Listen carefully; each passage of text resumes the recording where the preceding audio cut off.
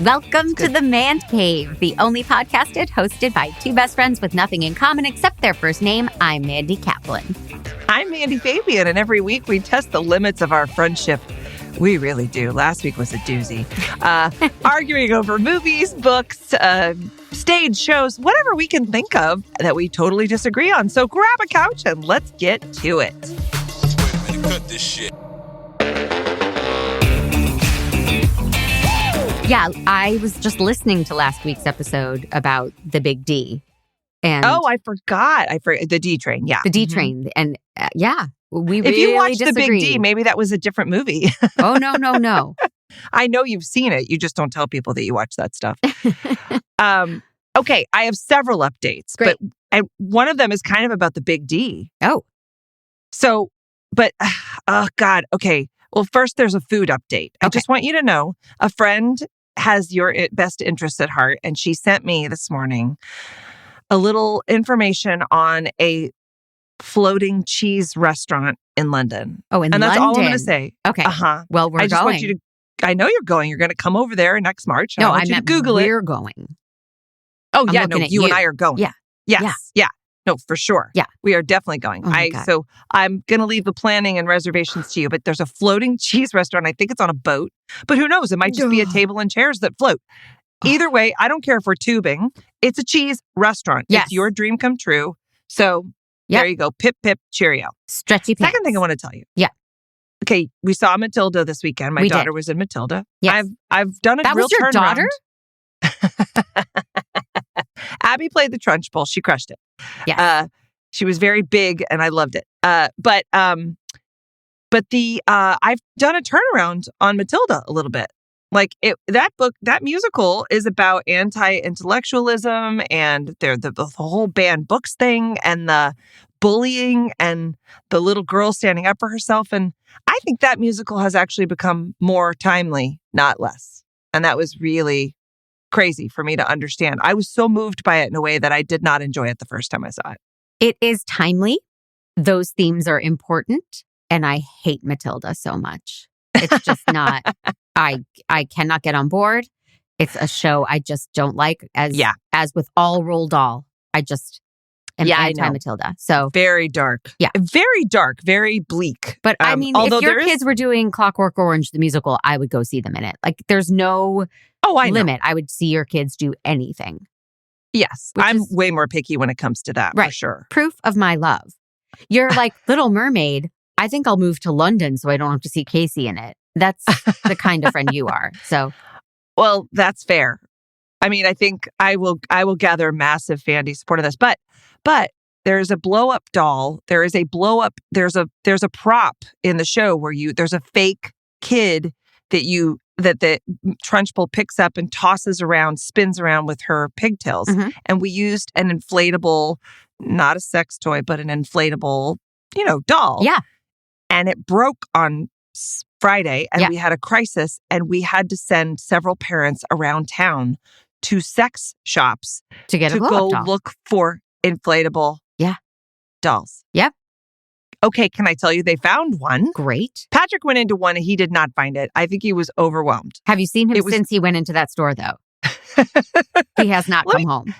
It's no secret. Like I know he's got adventurous imagination, right? There's no and he's not afraid of it. Like, but I got to tell you, the color of his face, of his complexion, when he came back and reported that there was no blow up doll and that he needed to go home immediately and take a shower, I was like, oh, okay, so you're not a guy who frequents sex shops, okay? Sure. But this mom came back with something, no joke, sexy stepdaughter. Oh, that's not okay.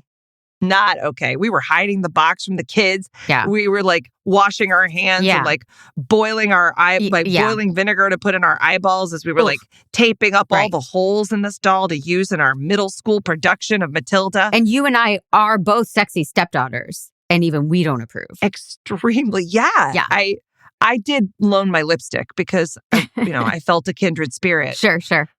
Woo-wee. I mean, how crazy is that? That's gross. Well, yeah, especially because we think the doll might have been used because there was a hole in it. Well, there's not supposed that to be a hole. hole. like a Okay. leak. No, like a small leak that you couldn't identify. Mm, All those holes, it was inevitable, right? right. I just thought that was crazy. Ugh. Anyway, I just wanted to share. Hope everyone's having coffee and enjoying the imagery So of Abby flinging that's our a sex discussion of toy. children's theater. Good for us. Nobody else cares about the other stuff. We do just they? got on a watch list.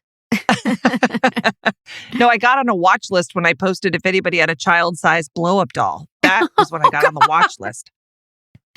Oh, God. I was specific that it wasn't a sex toy, but some people were mad that I was being discriminating against the sex toys of the world. And it's nothing. And it turned out to be a sex toy. So look at you. Having know. your world expanded. It really was. Yeah. Mhm. Yeah. Well, I have updates about The Golden Bachelor. Okay. The finale has aired. He Yep. has chosen his woman. It was Okay. Teresa. He destroyed Leslie's heart. Oh, no. And I was Are rooting for you Leslie. okay? I'm okay. I got to tell you, first of all, they broke all the rules of The Bachelor. He's supposed to wait till the finale, and then the two ladies get all dressed up and come to the beach, and he proposes to one of them and dumps the other one. That's the premise of The Bachelor. But he's Ugh. too classy and kind, and he was like, I'm not going to let her get dressed up and come to the beach if it's not her. So he told her, just, yes, it had to be on camera, but he didn't make her go through that, which was classy as heck. We still love Gary. But she was crying and he's like, oh gosh, no, I'm so sorry. I'm so sorry. Don't feel that way. And she looks up at him and goes, I can feel whatever the fuck I want to feel. And you felt the world going, go Leslie. Like she, Wow. it was emotional. And then when he chose Teresa, I thought, ugh, mousy Teresa. Then they came on the show to celebrate their love. She's not mousy. She looked glamorous and gorgeous, and she was full of personality, and they're very, very happy, and they're going to get married on TV, and they're both really happy, and their families are really happy, and it was very sweet and satisfying. So, Oh, well, that's really nice. How about that? Look at that. I was a skeptic. I know. I did not believe that they would maintain a love that has We'll been see. totally... It's been a few weeks. But no, I mean, they really are. They seem happy. How can you not look at two people in their 70s Yes, of course. who have fallen in love? It's really sweet. So, Well, I'm sure they have fallen in love. But also, I had a real close cat seat of the dating in your 70s thing, right? 60s and 70s. And yeah, they have a tendency to fall in love maybe a little faster. right. Because they're like, Ticking must clock. find Yes. a mate. Yes. Yeah. Not saying it's not love, Right. but I'm just saying I've seen a little bit more compromise in that age bracket. Yes. Meaning like, you have a pulse, you'll do. Right. Yeah. I mean, for anyone who doesn't know, your mom was a single lady in her 70s and just went through men. She always had a boyfriend and one in the wings and maybe several. And she cared about these guys, but wasn't really in love. But she liked them. But and every cared single and- one of them was like instantly in love. Let's get married. Can I? Right. Yeah. Well, Yeah. Yeah, that's a whole thing. Men need a woman to take care of them. Straight. Yeah. men. But Well, that's why I dated men in their 70s mostly in my 20s. Right. Because, they were just hungry. I needed that. Yeah. Yeah. It was always a slight panic when we would go to your house and a guy would walk in and we would know, oh, that's Linda's current guy. Crap. Which guy is this? What's his name? I'm not going to name names, but there were a few that I met several times. And I would just be like, hey, you. So you're here tonight, So, Yep. Classy. Linda kept it fun. Yeah, they had a good time. We should have done a fantasy league about her love life. I really missed the boat. She would have delighted in that. I know. Probably made bets on her. Well, yeah, if she had somebody on her team, she would have married them just to win the league. And I would have respected the hell out of it. Okay, well, that's a feeling good a new update. rom-com. Okay. And then I did watch one more thing that I want to recommend. I had watched it before, but I'm watching it for work. And it's a very good, dark, twisted, fun movie called The Hunt, starring Betty Gilpin and Hilary Swank. And it came out in 2020. Mm-hmm. It couldn't get a major release because politically we were going through a hard time with January 6th, and this was seen as something that might incite violence. So they didn't give it a major release, but it is really worth a watch. It's very gory, very funny, and very thought-provoking, and it's a great ride. It's just a really fun horror. I guess it's a horror movie because a lot of people die in gory ways, but they die more like Pulp Fiction, like where the blood just explodes and the deaths are bizarre and unexpected. It's not you're not on the edge of your seat terrified. So I really recommend it to you and the world, The Hunt. So it's heavy on the comedy, you're saying? There are a lot of laughs. It's really well done. And I feel people didn't see it because they just released it and snuck it in there, and I want people to see it. Okay. I watched Lessons in Chemistry and really enjoyed it, but I'm not going to recommend it to you because I know you didn't like the book. Well, people are loving it, and I think we are going to try the show because why not? I put the book down after maybe a third, but maybe the show will strike a chord. I like all the actors involved, and so we're going to try it. They're so good. They're so good. The acting is so good. Oh, good. I mean, not as good as Matilda, but... Right. But, yeah, but really good. Well, and that's on Apple TV, as is the movie we watched for this podcast, Fingernails. Yeah. Now... Yes. Interesting choice. Isn't it? What inspired you to come up with Fingernails as something that you wanted to see and wanted me to see? Okay. I'm not going to have Pete play the trailer because I think it'll be too quiet and confusing. I'm not sure people will really get what the movie's about. So I'm going to sum it up. Okay. Somebody sent it to me as a suggestion, and I thought the premise is very interesting. If there's a test you can take with your mate, if you pull out a fingernail and your mate pulls out a fingernail, you can tell if you're meant to be together. This is a futuristic dystopian concept. Yeah. But the world that we were in was very today. It's just that somebody has invented this technology and this test. And would you take it with your mate or not take it with your mate? And those types of things really interest me. And I thought it could spark really interesting conversation. But I was wrong. Yes. We don't have to talk about this movie. Okay, moving on. Well, I agree with you about the interesting conversation. It had a twin flames, right? A twin flames kind of aspect to it. There was something that felt very desperate about the people who were desperate to try to connect and fall in love. Right. The Luke Wilson character who plays the guy who runs the Love Institute, who has developed this test and now is the arbiter of whether or not people are in love. They have completely subjugated their own instincts, impulses, and there's become this sort of societal mandate, not a mandate, it's not compulsory, but it's like it's a litmus test for, did you take the test? Were you positive? People have sort of surrendered their idea about whether or not they're in love, right, to whether or not their fingernails have matched in this machine that breaks every so often. So, and he's created this test like that. He is now the guy who knows whether people are in love or not, and he tells them. And that's kind of creepy and cultish, and it involves a lot of people surrendering their own autonomy to this idea of, well, you're the one who will know whether I'm in love. That's what it reminded me of. It didn't, that's funny. It didn't spark Twin Flames vibes for me at all. And it was weird. It was so dark, not dark tonally, just the movie was very dark and grainy and quiet. But Luke Wilson, you would think, would be this charismatic, I invented this thing and now I'm a billionaire. And that might have been more interesting because his character was just sad and lonely too, and was like, I failed the test with my wife, so I had to leave her. And it was all just blah. It was very, very dark and so quiet. And so just no one talks in this movie. Nobody talks. Jessie Buckley just stares a lot. Yeah. Riz, now, I love her. I love all these actors. Jessie Buckley, remind me, did we see her for the first time in that Olivia Colman movie? Yes, I did. What was it called? The woman,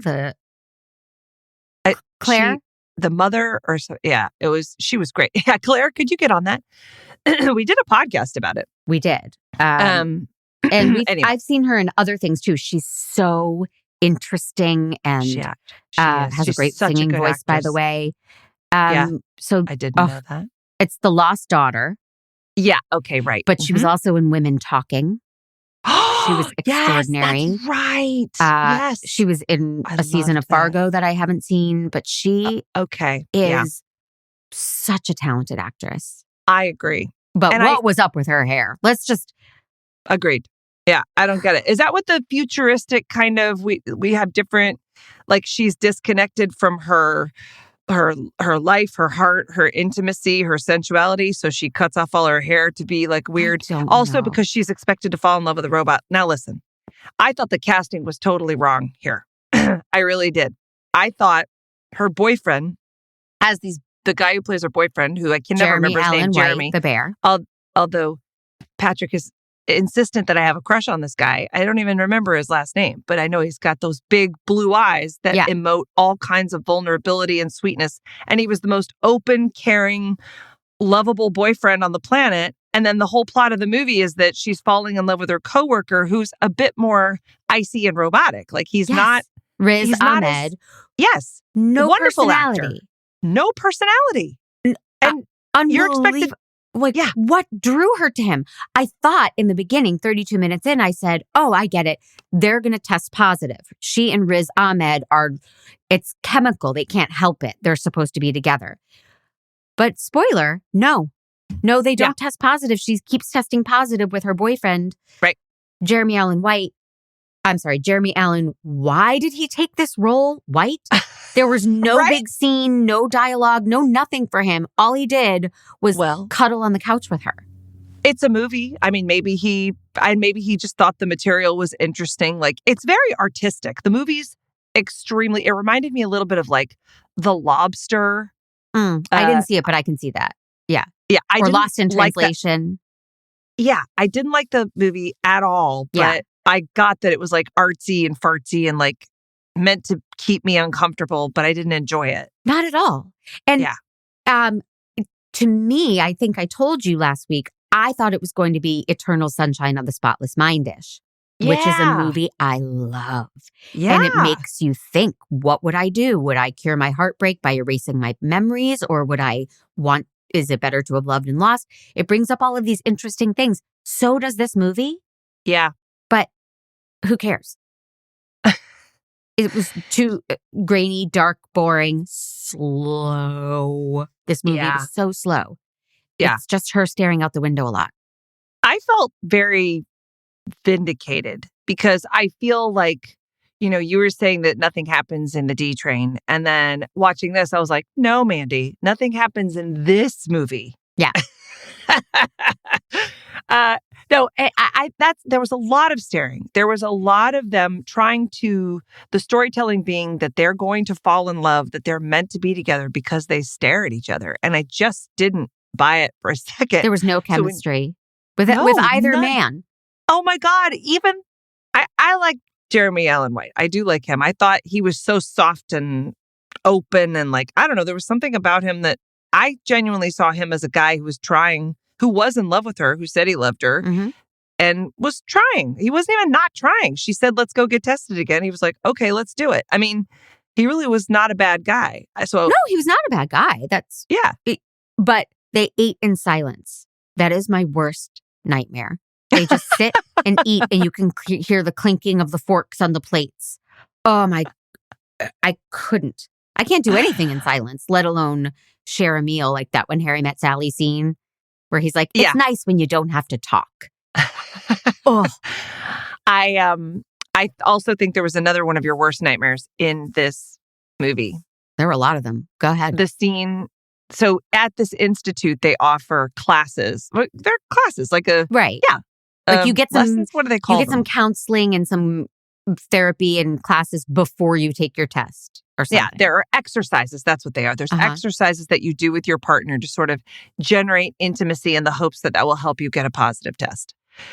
And there's one exercise where they blindfold this man and everyone in the exercises, all of these different couples are completely stripped to their underwear, men and women, standing in a room. And then he is turned around so that he doesn't know where he is. And now he has to go and smell the naked people or semi-naked people and try to locate the one he loves by scent, by pure scent. He's not allowed to touch. He just has to smell people. Right.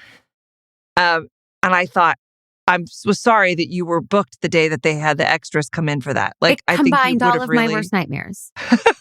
BO, being in my granny panties in front of people. Like, it was... One nice thing is that they were not all models. They were very real people with real bodies. It's nice that they went that route instead of, you know. But, no, it was awful. And the guy, the sniffer, looked just like Jeremy Allen White. He did, yeah. He was maybe 25 and he and his girlfriend were seeing if they were a match. Why cast a dude who looks just like... And I thought, well, maybe there's a reason. Maybe there's something to it. I didn't think beyond, they kind of look similar. But now that you say it, I can imagine that there might have been a reason because there's a real crux in the story that this is the big plot. No, but like as far as I could tell, and you helped me because I was going, why? I don't understand. Why? Why is he taking, anyway, you know what I'm talking about. He takes his own fingernail. Mm-hmm. But anyway, she is obsessed with this young couple. She is really invested. This is her first time getting, really working with a couple. She sees this chemistry. She believes they're in love and she wants them to have a positive result. So she's very invested. And I think that because that and she has to be so invested that when it looks like the guy is not going to take the test, getting his fingernail ripped off to see if he's in love, her partner, Riz Ahmed, knowing that she's so invested in finding out if these kids have real love, he takes off a fingernail of his own to convince the guy to do it. Yeah. Right? And I go, what on earth would ever persuade him to do that except he wants her to be happy, right? There's a theme of giving up what you love so that the other person can be happy a little bit as a sign of true love, right? That comes up in the movie a little bit. So I think maybe it's some sort of like maybe he reminds her so much of them when they were young. That's the only thing I can imagine. Maybe, but it was not gripping or interesting to me. It was just like, why does this guy look just like the other guy? I couldn't care. And that plot twist of, and I'm using that phrase real loosely because it didn't have a plot, but Riz Ahmed says, I'll pull out my fingernail to show you how it's not that bad, was so dumb. And it was such a device to then have her be able to test her fingernail with him and see if they're a match. It was just it was eye rolls central for me when he said, I'll show you. And I was so grossed out by it. Yeah. I couldn't even be disgusted. I was grossed out. I was like, what? A solid 15% of the movie is watching people try to pull off their entire fingernails while biting down on a wooden spoon. It's so awful. It's awful. They kept doing it again and again. I was like, ugh. Yeah, we get it. Yeah. You pull off the nail. My movie, the running theme is masturbation, which is also hard to watch, but. Well, also, just practically speaking, we know I'm a practical person. Logical. There's a right way to do things and a wrong way to do things. Sure. So they bring in this nervous guy and they say, okay, we're going to pull out your fingernail. Riz Ahmed hands the guy the spoon to bite down on. And he's like, don't worry, it just takes a second. Then Riz Ahmed goes to put on his latex gloves, which gives the guy time to go, I'm out. I can't do this. I'm too nervous. Why are you giving him the thing, then putting on the gloves? That takes a solid 45 seconds for the guy to panic. Why wouldn't you put on your gloves, be like, bite down, grip, right? Mm-hmm. So it's such a dumb lapse in logic there that I know I'm being nitpicky, but there's not much to talk about other than... Oh, there were several lapses in logic. Yeah. A lot of them. Like really, it was interesting because I know they were trying to put us in this world, but character choices for why would she do that? Why would they, there was a lot of that. I didn't... Yeah. A lot of it. Things that she did and said, like in front of her partner, the machine too, like the whole weirdness of the machine, the things that she didn't get, their complete surrender to the machine, I thought was interesting because otherwise they're fully functioning people. Right. But the machine would give results and everybody clearly disagrees with the machine, but no one is right. But they're still letting it dictate. Yeah. The machine looked like in about 1980, we were the first family to have a microwave. Yeah. And I can still remember it was this giant dial that you had to turn, and people would come to our house and say, "What's that?" It was a microwave oven. It was a big deal. But now it looks like a jokey prop. And that's what the machine looked like. A jokey prop from the 80s. With like retro 80s VHS-y kind of numbers. And it was very odd. Well, clearly, unless you have anything else to say, I would like to reveal that this did a lot better on Rotten Tomatoes than the D Train, with a 61% by critics and 45% by audiences. So that is double the scores of the D Train. They're wrong. No, it's not double. I will pull that document up. It's not. D Train was way better than this movie. D Train was 54% by critics, 25% by audiences. Well, because audiences are homophobic, but they're not afraid to have people. And also, I would question how many audiences really watched this. Or D Train. It's like two guys, and they just determine. Yeah. Well, I'd like to move on to happier things if you're ready. Okay, sure. So before we play our game, I would like to tell everybody that the Mandcave is a production of True Story FM, engineering by Pete Wright, music by Ian Post. Oh, yes. And guys, if you want to really get into our Jingle Bells this year, I just did it. I just went holiday. Well, we're going holiday. That's what this is all about. I know. So please do go to your Apple Podcasts and leave us 5 stars or review if you haven't already. We love hearing from you. We love hearing your suggestions. We love answering your questions, and that's a great way for us to get to know you. So please do that. And become a Fandy at mandcave.com/Fandy. You get bonus content, birthday messages, and we are going to be releasing, I think we'll be releasing episodes when you're in London for everybody, but they'll be occasional. But maybe we'll do some bonus fun stuff for our Fandy's ears only. Absolutely. You can join us on Discord, mandcave.com/Discord. Talk to us there. And please get some merch for the holidays. mandcave.com/merch. Yeah, in our pre-show, I talked a little bit about some of our merch. So yes, you did. Go get it. Go get it. Make your friends and family happy again. Okay. As one game, we could pull out our fingernails and silently test whether or not you and I are a good match. And stare out the window. Great idea. That's your first choice. Okay. Or the second game is to see how many holiday movies you can guess. Okay, maybe that's a better one. What? I had the grossest thought when you were like, we're gonna pull out our fingernails. I was like, no, let's pull out our tampons and see if they're a good match. But also, I know that you and I don't have tampons. No, not at the moment. It's been months. Fingers crossed. Woo-hoo! So here's what I'm that is a way to know if you're in love, by the way, just so you know. Tampons. Yeah, that's real. That's how the Fingernails movie got inspired. Okay, I'm going to do what you do, which is set a timer for a minute and see how many Christmas movies, holiday movies you can guess. I set a loose minute, okay? Everything you do is loose. So then I'd like to reverse it. I just basically Googled Christmas movies and I'm looking at a bunch of them, and then I'll close my window and you can do the same and do ones that I didn't do for me. And we'll see who can get more holiday movies. Are you ready? Okay.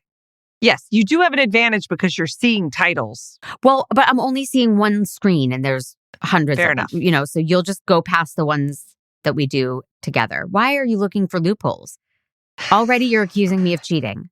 I like to win. I don't know if you've noticed, I'm very competitive. I'm an honest person. Okay, so 1 minute, loose minute. My phone does not have a loose minute option. Oh, so that's weird. It is weird. Okay.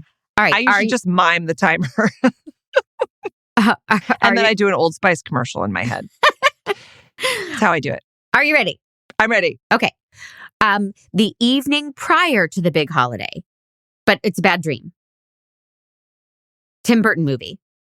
Oh, The Nightmare Before Christmas. Yes. Bill Murray, 3 ghosts visit him. Oh, yeah. The Scrooged. Yes. It's one of my favorites. Dad's gonna kill Ralphie. Christmas Story? Yes. Okay, you hate that movie? Okay, let's move on.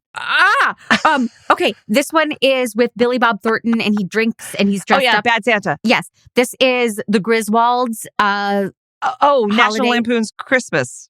right? Yes, but what's the name of that movie? The Griswolds participate in a movie. Oh, They I don't go know. on a... They get in the car Holiday and they vacation? Yes. Christmas vacation. There you go. Thank Will you. Ferrell is... Elf. Yes, and George Bailey thinks he wants to It's a die. Wonderful Life. Yes, and Kevin McAllister is stuck. Macaulay Culkin. Home Alone. Yes. This one is loose minute. He's nipping at your nose. Oh, Rudolph. No, he's nipping at your nose. Oh, Jack Frost. Yes. Okay. That's where we'll stop. So you got 1, 2, 3, 4, 5, 6, 7, 8, 9. I'm such a good counter. Now I'm going to close my window. You come up with your own list. Okay. That's interesting. What is your favorite Christmas movie? I think we probably talked about this last year.